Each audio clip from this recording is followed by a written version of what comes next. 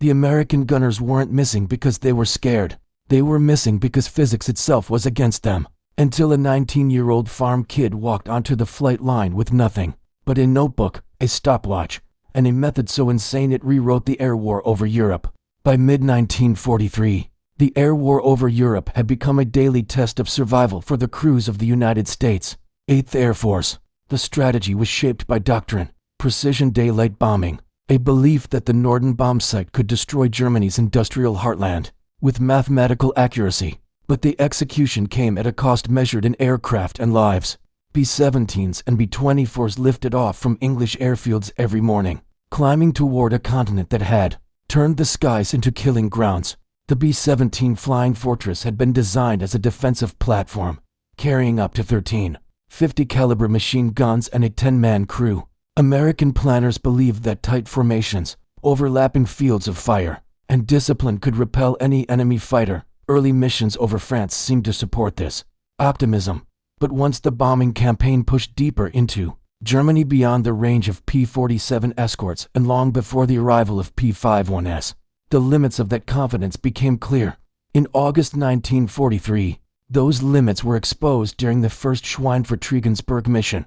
Of the 376 B-17s dispatched, 60 were shot down and many more were badly damaged. Approximately 600 airmen were killed, missing, or captured in a single day. The Luftwaffe's fighter units JG-1, JG-2, JG-3, JG-26, JG-27, JG-76, and others attacked with precision and coordination, concentrating their efforts on the head of the bomber stream. They exploited every weakness the Americans had underestimated.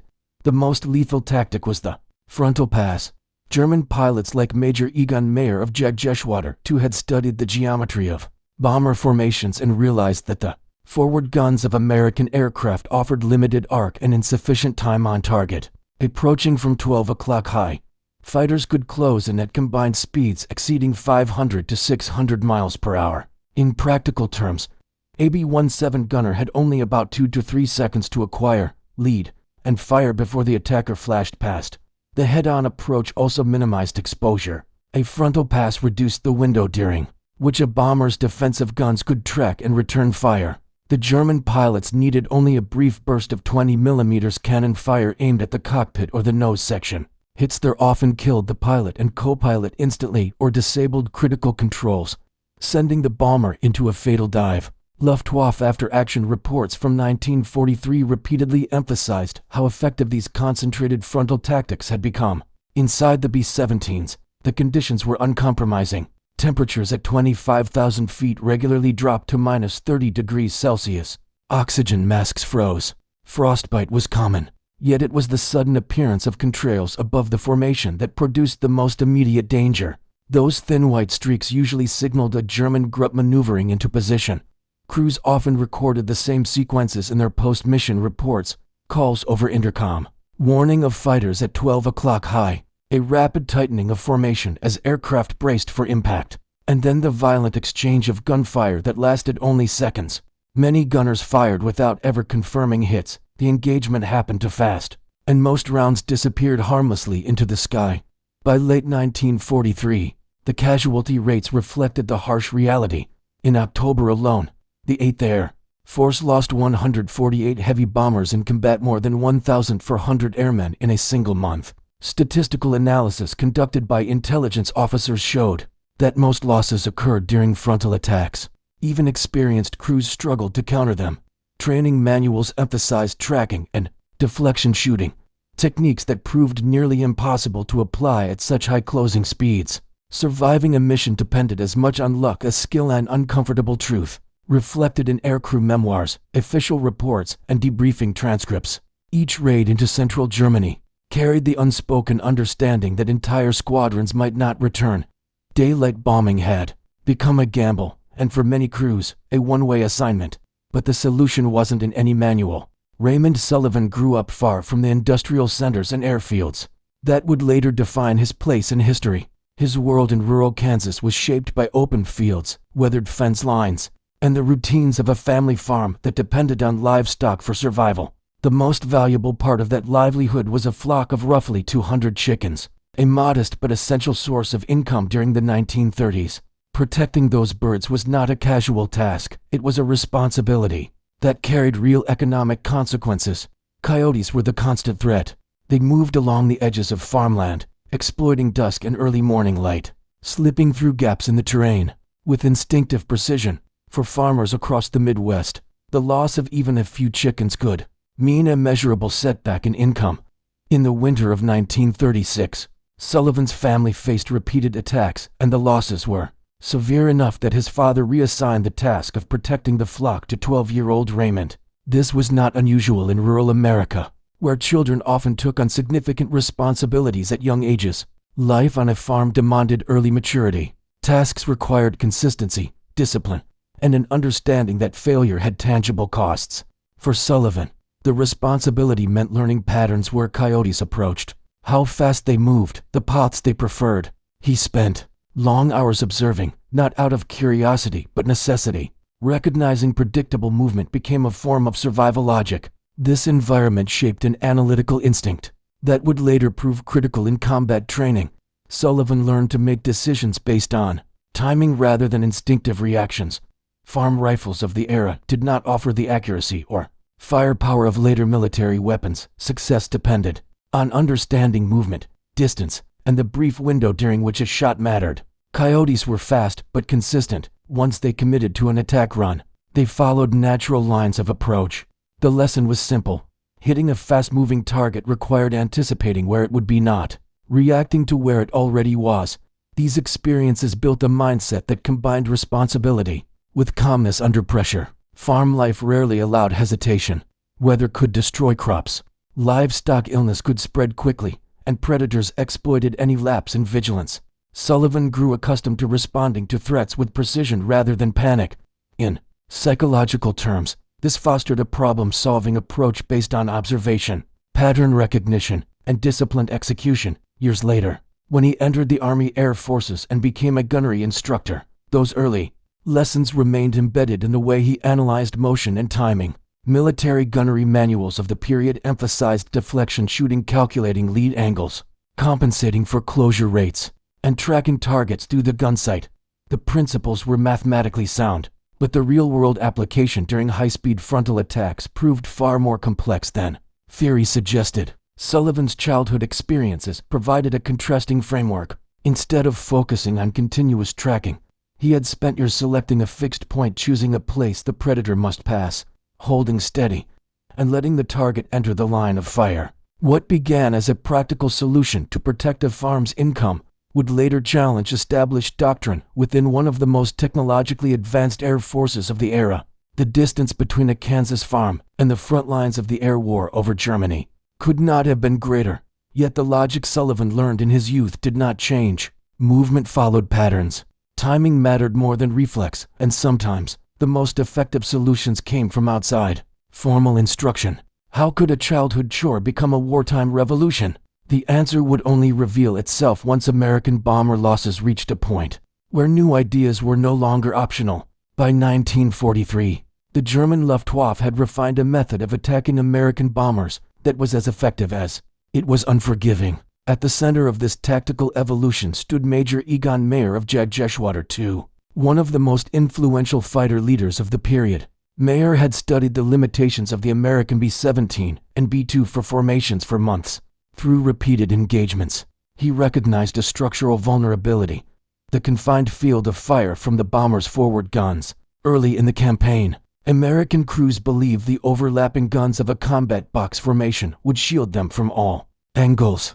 In reality, the nose-mounted 50 caliber positions, the cheek guns, and the bombardier's weapon offered limited traverse and were not designed to counter rapidly closing, high-angle frontal attacks. Their effective firing arc was narrow, and keeping a fighter centered in the sights required more time than the engagement actually allowed. Mayer understood this imbalance instinctively and built a method around exploiting it. The frontal assault was mathematically precise. When a German fighter, whether a Bf-109 or an FW-190, approached from 12 o'clock high, both aircraft were moving toward each other at tremendous speed. AB-17 typically cruised at approximately 180 miles per hour. A German fighter diving in could easily reach 350 to 400 miles per hour. Combined, the closure rate often exceeded 550 to 600 miles per hour. This meant the attacker could move from visual contact to firing position in just seconds. At such velocities, a bomber gunner's reaction window was brutally short.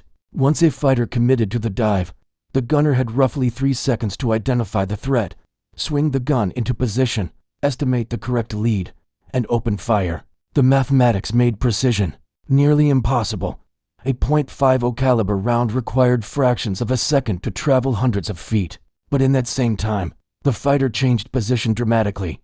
The bomber crews could not reliably compensate for this shift. Even with extensive training, Mayer's units executed the tactic with discipline.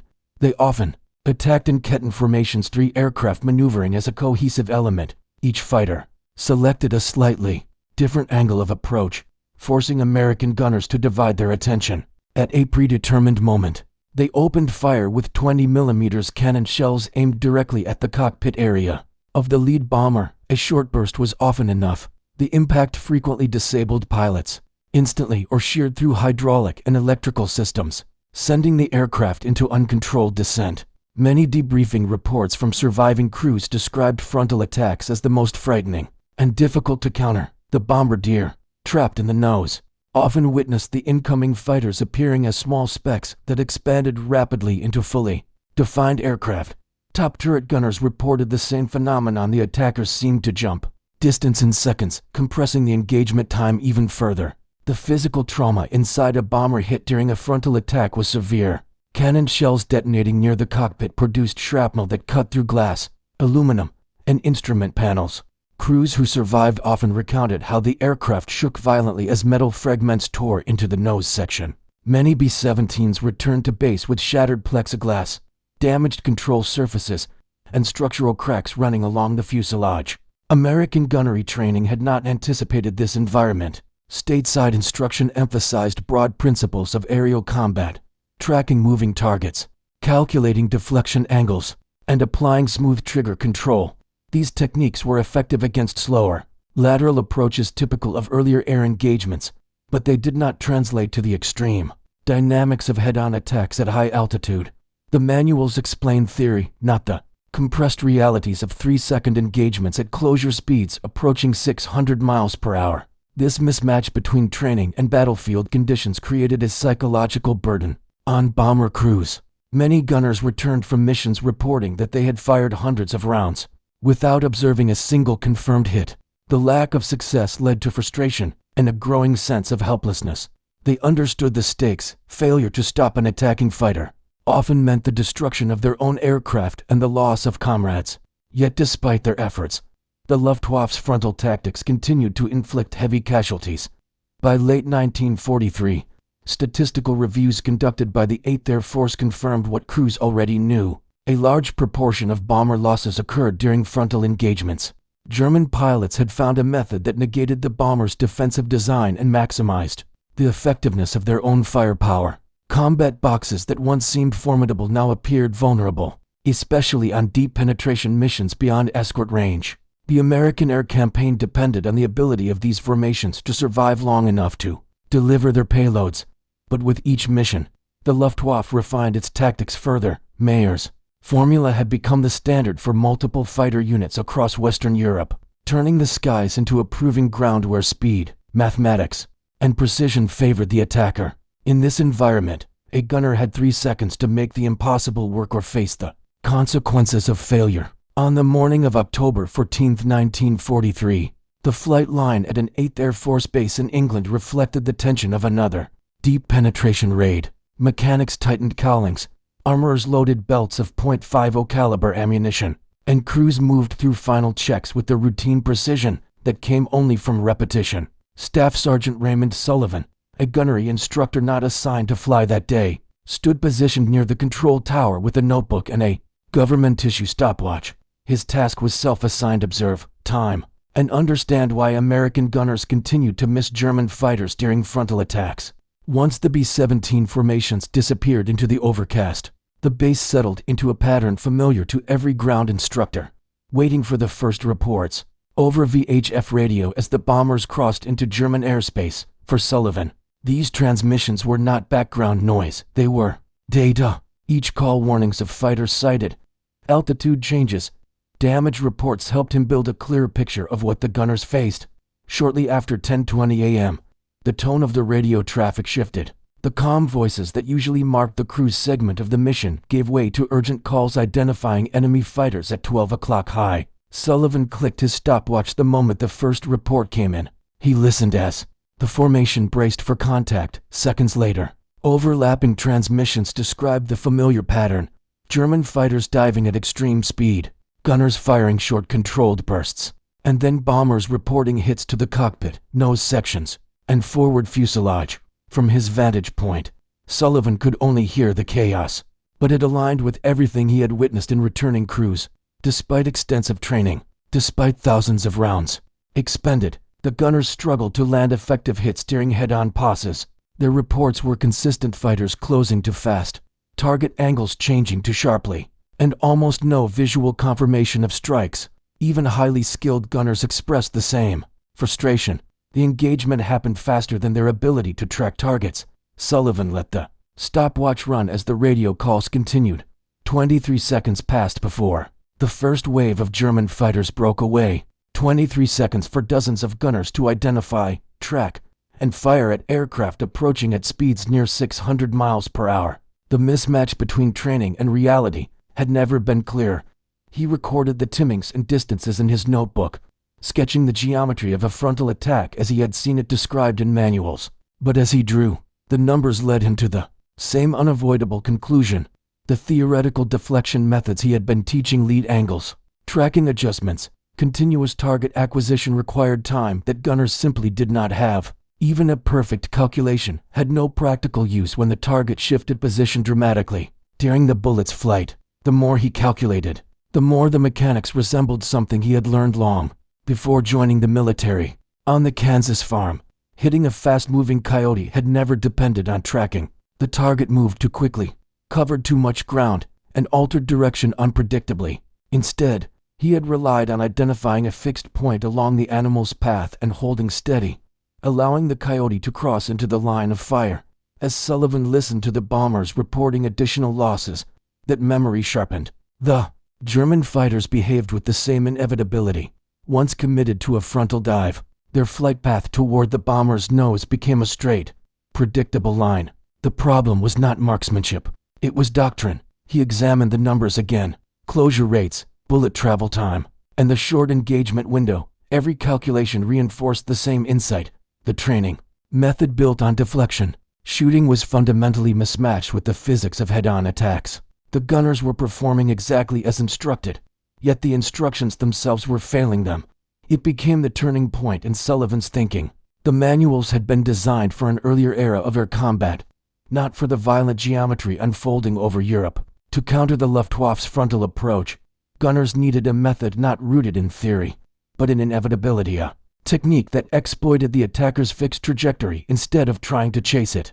The idea was still unproven, still rough, but unmistakably clear. The answer lay not in tracking the fighter, but in holding on a fixed point and letting physics do the rest.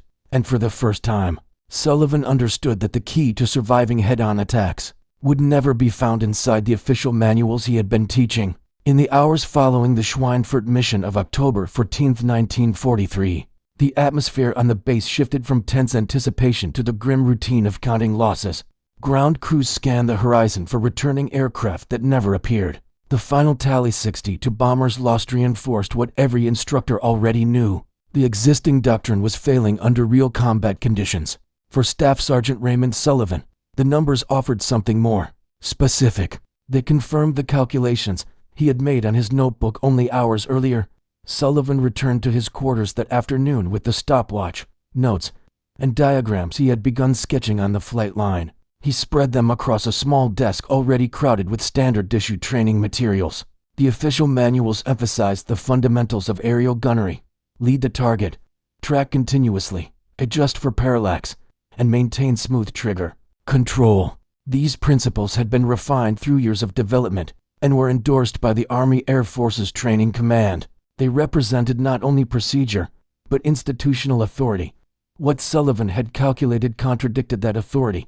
He sketched the angles again, the bomber's airspeed, the German fighter's dive velocity, the closure rate, and the time bullets needed to reach a target point ahead of the aircraft. Each line on the page reinforced the same geometric reality. In the narrow window of a frontal attack, 2 or 3 seconds at most, there was no practical way to execute the tracking and deflection techniques outlined in the manuals. The mathematics made the flaw undeniable. By the time a gunner placed his sights on the fighter's anticipated position, the attacker had already moved far beyond that point. Sullivan considered what this meant in military terms. Aircrew training doctrine was not merely suggestion. It was standardized, hierarchical, and rigid. Instructors were expected to reinforce established methods without deviation. Air Force's policy allowed little tolerance for improvisation that contradicted approved procedures.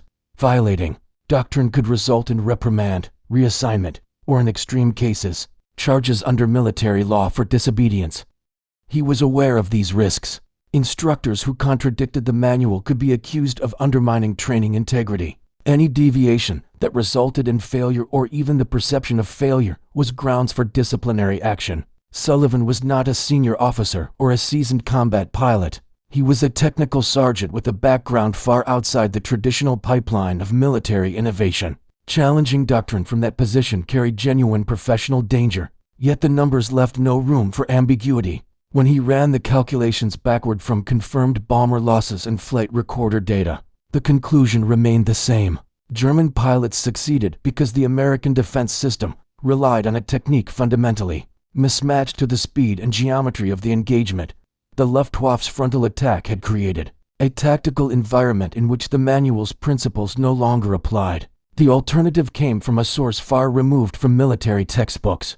Sullivan revisited the mental framework he had used as a child on the Kansas farm. Identify a fixed point along a predator's path, hold steady, and allow the target to enter that predetermined line of fire. The simplicity of the method contrasted sharply with the complexity of aerial combat, yet the mathematics aligned. Once a German fighter committed to a dive at 12 o'clock high, its path toward the bomber's nose became functionally predictable. For a brief moment, physics dictated a single trajectory. Sullivan translated that childhood logic into new diagrams. He marked a point approximately 2,000 feet ahead of the bomber, far enough to account for bullet travel time, yet close enough to guarantee the fighter would intersect that space during its dive. He circled the point repeatedly, checking the closure rate, bullet velocity, and angle of approach. Each recalculation reinforced the same conclusion. Holding fire on a fixed point offered more effective engagement time than attempting to track. The idea conflicted directly with every page of the official manual. It replaced tracking with anticipation, fluid motion with stillness, and theoretical deflection with plotted geometry. It was efficient, logical, and unauthorized. As he closed the notebook, Sullivan understood exactly what he was preparing to do. Advancing this method meant contradicting doctrine, assuming personal responsibility for its outcome, and risking disciplinary action if it failed. But the mathematics, the radio reports, and the returning crews all pointed to the same truth. If he was wrong, more men would die, and it would be his fault. On the morning following the Schweinfurt mission, the gunnery range at the airfield became the stage for a test that existed outside official doctrine. The setup was straightforward: a stationary B-17 mounted for training, a supply of chalk-filled 50 caliber rounds, an AP-47 Thunderbolt flown by a combat-experienced pilot tasked to simulate the same frontal attacks the Luftwaffe had perfected over Europe. What made the exercise unconventional was not the hardware, but the method being tested, an approach that contradicted every line in the U.S. Army Air Force's gunnery manuals. Final checks began shortly after sunrise. Armorers loaded the chalk-tipped rounds into the bomber's guns, each one designed to leave a visible mark on metal surfaces. Observers took positions along the field's perimeter, clipboards in hand, tasked with documenting hit patterns. The P-47 pilot climbed into the cockpit, warming the engine as ground crews secured the final inspection panels. The plan was simple: repeated head-on passes at controlled speeds to replicate a German attack. Profile as closely as possible. Sergeant William Morrison, one of the top turret gunners selected for the test, climbed into position inside the B-17. He brought with him years of hunting experience from Oregon. extensive combat exposure, and frustration from the previous day's failure to score a single confirmed hit in actual battle. What he faced now was a method that required doing the opposite of instinct. Instead of tracking the approaching fighter, he would hold his gun steady on a predefined point in space approximately 2,000 feet distant, trusting that the attacker's trajectory would carry it directly through that zone. The P-47 lifted off the runway with a roar and climbed into a clear sky, banking wide as it positioned itself for the first simulated run. Observers estimated its altitude, approximately 5,000 feet. The Thunderbolt rolled level into attack formation, mirroring the dive profiles commonly used by German fighters over Europe. Its silhouette grew smaller as it pulled back into the distance, building the speed required for a realistic pass. Inside the B-17, the conditions were controlled but authentic. The vibration of idling engines, the confined space of the turret, and the metallic scent of gun oil recreated the environment gunners knew well. Morrison positioned his weapon system toward the designated point, an invisible marker calculated on paper and transferred to the sky. He kept the turret motionless, resisting every impulse to sweep the guns toward the incoming fighter. The radio crackled as the P-47 broke formation and began its dive. Its descent toward the bomber was visible to everyone on the ground, a rapidly expanding aircraft silhouette, closing the distance with increasing velocity. Observers tracked its path, noting altitude, speed, and dive angle as it approached the conceptual firing zone. Morrison held his position, eyes fixed not on the incoming aircraft, but on the preselected point ahead. As the Thunderbolt crossed into the engagement zone, Morrison opened fire. The turret vibrated under the recoil of the twin .50 caliber guns, sending a continuous stream of chalk-filled rounds toward the fixed point in the sky. Tracer streaks arced forward, pale lines etched across the morning light. The air around the B-17 filled with the smoke and sound of sustained fire. Seconds later, the P-47 flew directly through the tracer stream. Ground observers recorded multiple chalk impacts on the fighter's left wing and fuselage as it streaked past. The marks were unambiguous. A stationary line of fire held on a fixed coordinate had intersected a fast-moving target, validating the geometric calculations that had seemed improbable. Only a day earlier, the aircraft circled back to land, and inspection teams moved quickly toward it. The chalk marks stood out clearly against the Thunderbolt's metal skin, concentrated in patterns consistent with lethal hit zones. For the first time, tangible evidence replaced theory. The method had succeeded under controlled, but realistic conditions. Morrison's reaction, recorded later in after-action notes, reflected a mixture of disbelief and clarity. Years of training in deflection shooting had not produced results under actual combat speeds. This unorthodox technique had produced measurable hits on its very first attempt. 5 additional gunners participated in subsequent passes, each instructed to repeat the same fixed-point procedure. Their results mirrored Morrison's. Some groupings were tighter, others less centered, but all produced visible impacts on the P-47. Observers documented each set of marks meticulously, creating a record that demonstrated repeatability, an essential requirement for any tactic considered for broader adoption. By the end of the session, the chalk-scored Thunderbolt represented more than a test. It was empirical validation that the established doctrine had missed something critical, and that a method born from necessity on a Kansas farm could counter a threat that had cost hundreds of American lives. The evidence now existed.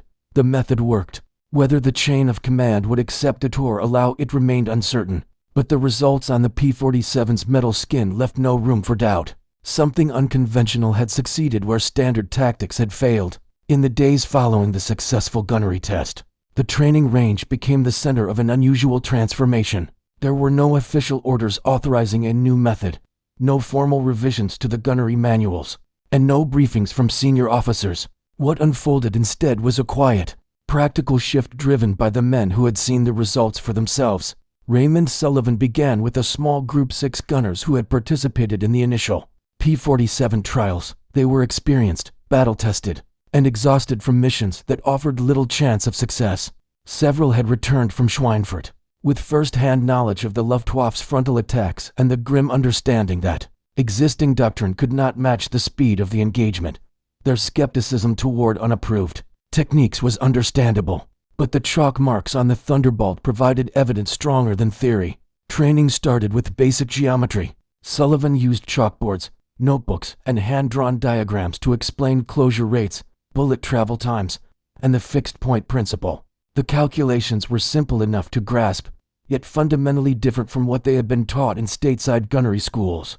Instead of tracking a moving aircraft across the site, they learned to predict a single point in space that an attacker must pass through. The emphasis shifted from motion to inevitability. Fatigue was constant. These men were not trainees, they were combat gunners returning from missions flown only hours earlier. They carried the weight of repeated losses, friends missing from morning briefings, aircraft that failed to return, and the memory of frontal attacks that had offered almost no chance to defend themselves.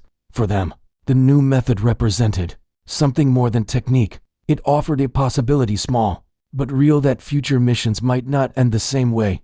As the sessions continued, skepticism gave way to focus. Gunners began to compare notes, discuss angles, and analyze how the Luftwaffe executed its dives. The method started to take hold not through formal instruction, but through practical demonstration and shared experience. One gunner would practice the fixed-point hold, another would watch the pattern of tracer fire, and together they would refine their understanding. This collaborative learning echoed the informal problem-solving culture within many bomber groups, where necessity often forced innovation. Word spread quietly. Crewmen talked between training, flights, in mess halls, and during maintenance cycles. Accounts of the P-47 tests circulated with increasing detail. The phrase fixed point appeared in notebooks and on makeshift diagrams. Some referred to it more simply as Sullivan's method. Others, recalling the origins of the idea, called it Coyote shooting. Regardless of the name, the concept traveled faster than any official message. By the third day, the group had expanded beyond the initial volunteers. Additional gunners requested instruction. After hearing about the improved hit rates during simulated passes, Sullivan adjusted his teaching approach to accommodate larger groups, emphasizing repetition and clarity. The goal was not to replace traditional tracking entirely, but to equip gunners with a technique specifically suited to the high-speed frontal attacks that were costing so many aircraft. These sessions marked the beginning of a shift that would soon influence entire bomb groups. The transformation did not start with a directive from headquarters. It started with men who had seen too many losses and were willing to try something unconventional, if it meant surviving the next mission. What began as a farm-born logic applied to a battlefield problem was becoming something larger, a new doctrine emerging not from official channels, but from the determination of the gunners themselves. On October 24, 1943, the 8th Air Force prepared for another deep penetration into Germany, this time toward industrial targets near Osnabrück. The mission carried the same risks as Schweinfurt 10 days earlier: a long route, heavy defenses, and a Luftwaffe that had refined frontal attacks into a near-perfect weapon. But among the formations climbing into the cold morning air, 43 B-17s carried something new. Their gunners had been trained in an unapproved method that contradicted the manual, but promised a different outcome. As the bomber stream crossed the coastline, conditions were clear, navigation was precise, visibility high. These were the circumstances the Luftwaffe preferred. Radio intercept operators recorded multiple German fighter units scrambling from airfields across western Germany and the Netherlands. Jagdgeschwader 1, 3, and 26 prepared for coordinated interceptions along the bombers' projected route. Their expectations were shaped by recent experience, American formations that had proven vulnerable to each successive frontal attack. Shortly after 11 a.m., the first German formations rose above contrail altitude and maneuvered into attack position. Observers aboard the B-17s noted the familiar pattern: enemy fighters massing ahead at 12 o'clock high, descending in staggered elements for synchronized dives. For weeks, this approach had produced devastating results. Luftwaffe pilots had every reason to believe the same would happen today. Inside the bombers equipped with Sullivan's fixed-point technique, the forward gunners prepared differently. Instead of tracking the incoming fighters, they held their guns steady on predetermined coordinates calculated from distance and closure rate. These points, 2,000 to 2,500 feet ahead, were chosen using the same geometry demonstrated during the P-47 tests. The method was simple: maintain a fixed line of fire and let the attacking aircraft intersect it. At 11:03 a.m., the German fighters began their first pass. Their dive angles and speeds matched the same profiles used at Schweinfurt: steep approaches, short engagement windows, and a focus on the cockpit area of lead bombers. But as the fighters entered the calculated zones, the fixed-point fire met them with an intensity and accuracy they had not encountered before. Witness accounts and intelligence summaries noted an immediate change in the engagement. Multiple attacking aircraft took concentrated hits during the opening seconds of the pass. Chalkboard diagrams made after the mission indicated that several fighters suffered structural damage consistent with sustained .50 caliber strikes across wings, engine cowlings, and forward fuselage sections. The effects disrupted the timing of the assault. Some Luftwaffe pilots broke early, others descended out of formation, and the coordinated rhythm of the attack fractured. Radio recordings captured the shift. Instead of the usual stream of bomber damage reports, the first sector reported enemy fighters falling away from the formation. Another bomber group relayed sightings of German aircraft trailing smoke or losing altitude. The pattern repeated on the second pass. Gunners using the fixed-point technique produced firing streams positioned directly along the attacker's approach paths, increasing the probability of hits within the critical engagement window. Intelligence officers later confirmed that at least 7 German fighters were destroyed during the early minutes of the raid, an unusually high figure for frontal engagements. For the bomber crews, the immediate effect was a reduction in simultaneous threats. The Luftwaffe had relied on massed attacks to overwhelm the formation's defenses. When several fighters were damaged or forced to disengage early, the remaining attackers lost the synchronized timing that made their tactic effective. Reports from returning crews described the disruption clearly. Instead of multiple fighters diving in tight intervals, the later passes were scattered, inconsistent, and often executed from less optimal angles. The difference in bomber losses reflected this shift. None of the 43 aircraft carrying gunners trained in the new method were lost on the approach to the target, while other groups within the bomber stream suffered casualties consistent with the intensity of German defenses. This subset of B-17s reached the bomb run intact. Major General Frederick Anderson, commanding the mission from England, monitored the returning formations from the flight line. He tracked tail numbers as they descended through the afternoon haze. One by one, the aircraft assigned to the groups that had adopted Sullivan's technique appeared over the horizon. Observers noted the significance. Formations that typically returned depleted were now arriving with full strength preserved. Debriefings after the raid reinforced the magnitude of the shift. Gunners who had previously reported no confirmed hits now identified multiple attacking fighters sustaining visible damage during frontal passes. Their accounts aligned with the gun camera analysis and German loss reports collected in subsequent days. For the first time in months, the statistics favored the defenders. The Osnabrück mission did not end the Luftwaffe's frontal tactics, but it demonstrated that the method could be countered with geometry rather than instinct. For the crews who had endured weeks of overwhelming losses, the implications were immediate and profound. Survival no longer depended solely on luck. A method existed, simple, repeatable, and rooted in physics that altered the outcome of the deadliest phase of the air war. For the men who returned to base that day, the change was unmistakable. The possibility of living through the next mission had shifted from hope to something measurable, and the leadership of the 8th Air Force now had evidence that a farm-born idea could reshape the fight in the skies over Europe. In the days that followed the Osnabrück raid, the results spread quickly through the 8th Air Force, not through official channels, but through the voices of the gunners who had seen the difference firsthand. Crews compared mission logs, reviewed damage assessments, and examined German loss reports. The evidence was unmistakable. Aircraft whose gunners used the fixed-point method had not only survived frontal attacks, but had inflicted measurable losses on the Luftwaffe in a phase of combat that had previously favored the enemy. Word moved faster than written orders. Training officers in neighboring bomb groups requested briefings. Crews began asking for demonstrations, wanting to understand how a technique so simple could counter one of the Luftwaffe's most refined tactics. Sullivan and the small cadre of trained gunners expanded their instruction sessions, conducting back-to-back drills at the gunnery ranges and adapting their explanations to larger groups. By the end of the first week, dozens of gunners across multiple bomb groups had incorporated the method into their pre-mission procedures. The shift became visible in mission statistics. Frontal attack effectiveness, long the most lethal threat to American bombers, dropped sharply. Intelligence summaries compiled by 8 Bomber Command showed a consistent pattern. Bomb groups with trained fixed-point gunners saw approximately 40% fewer losses on missions where frontal attacks dominated German tactics. Additional analysis revealed a corresponding decline in Luftwaffe success rates.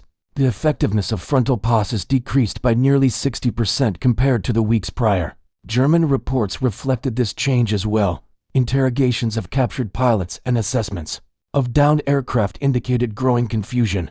Fighter units accustomed to facing disrupted, fragmented defensive fire now encountered sustained streams of well-placed 50 caliber rounds that intersected their attack paths at precisely the wrong moment. Squadron leaders noted increased structural damage from concentrated hits to wings and forward fuselage patterns consistent with fixed-point fire rather than traditional tracking bursts. The Luftwaffe responded by modifying tactics. Some units reduced the number of frontal attacks, shifting to beam and quartering approaches that required longer engagement windows, but exposed them to return fire for greater periods. Others experimented with standoff rocket attacks to avoid the increasingly costly head-on passes, yet none of these adjustments replicated the efficiency that frontal strikes had offered earlier in the year. Within the 8th Air Force, the impact was more than statistical. Bomber crews who had endured months of unsustainable losses recognized the shift in survival odds. Debriefings began to include confirmed hits from gunners who previously recorded none.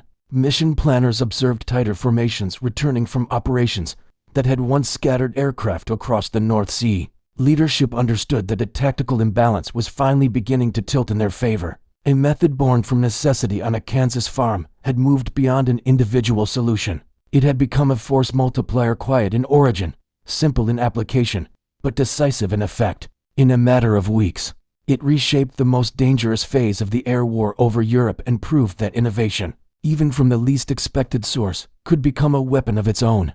When the war ended, Staff Sergeant Raymond Sullivan did not remain in the expanding post-war Air Force.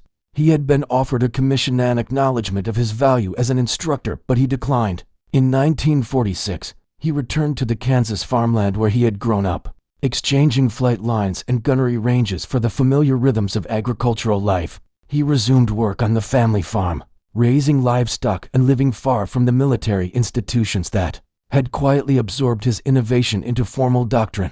In the decades that followed, the fixed-point method he had pioneered remained part of the 8th Air Force's wartime legacy, yet its origins faded into institutional anonymity. Training manuals were updated, but credit was attributed to commands, not individuals. The shift was typical of large wartime organizations, where personal contributions were often overshadowed by broader structural narratives. Sullivan, who did not seek recognition, left the service without public acknowledgement of the lives his insight had saved. For nearly 40 years, very few people outside a small circle of instructors and aircrew knew his name. The war moved into history books, the jet age replaced defensive gunnery, and the era of bomber turrets ended. Sullivan's method became a footnote, referenced in training documents and technical summaries, but disconnected from the man who had first articulated it.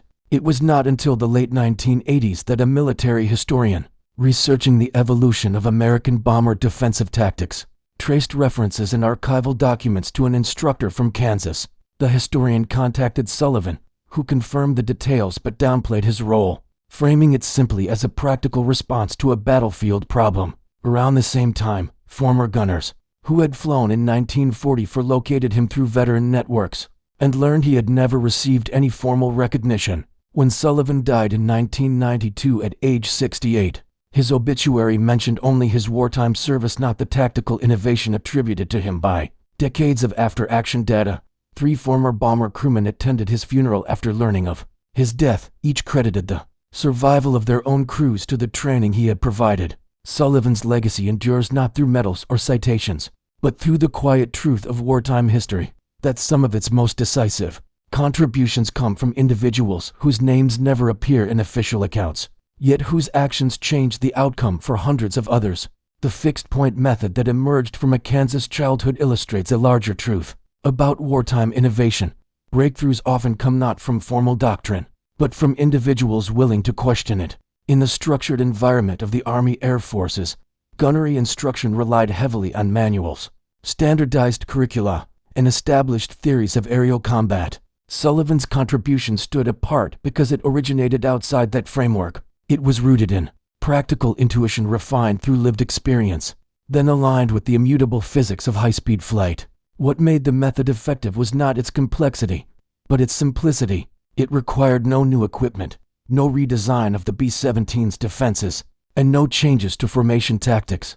It demanded only an understanding of closure rates, the geometry of a dive, and the discipline to hold a fixed position even when instinct suggested otherwise. In a war defined by rapid, technological escalation, it was a reminder that small ideas properly applied could alter the effectiveness of machines, far more expensive and sophisticated. Its success also reflected a different form of courage, challenging established doctrine, especially from the position of a non-commissioned instructor, carried personal risk. Yet Sullivan recognized that failing to adapt meant continuing losses at a rate the 8th Air Force could not sustain. His willingness to test an unapproved technique demonstrated the importance of critical thinking. Even within rigid military structures, the method spread because it worked, but it existed only because someone was willing to reconsider what thousands had accepted as unchangeable. The legacy of the fixed-point technique lives on in historical analyses of the air war over Europe, not as a dominant chapter, but as a significant inflection point. It marked the moment when the defensive disadvantage of American bombers began to narrow, contributing to the increased survival rates of formations deep inside German airspace. For the crews who returned home because of it, the impact was not theoretical. Today, Sullivan's story endures as a reminder that innovation does not always arrive through official channels or recognized authorities. Sometimes it comes from quiet observers, from individuals who see patterns others overlook, from those whose experiences fall outside formal training, but align perfectly with the demands of the moment. Remembering such contributors honors not only their ideas, but the lives those ideas helped preserve.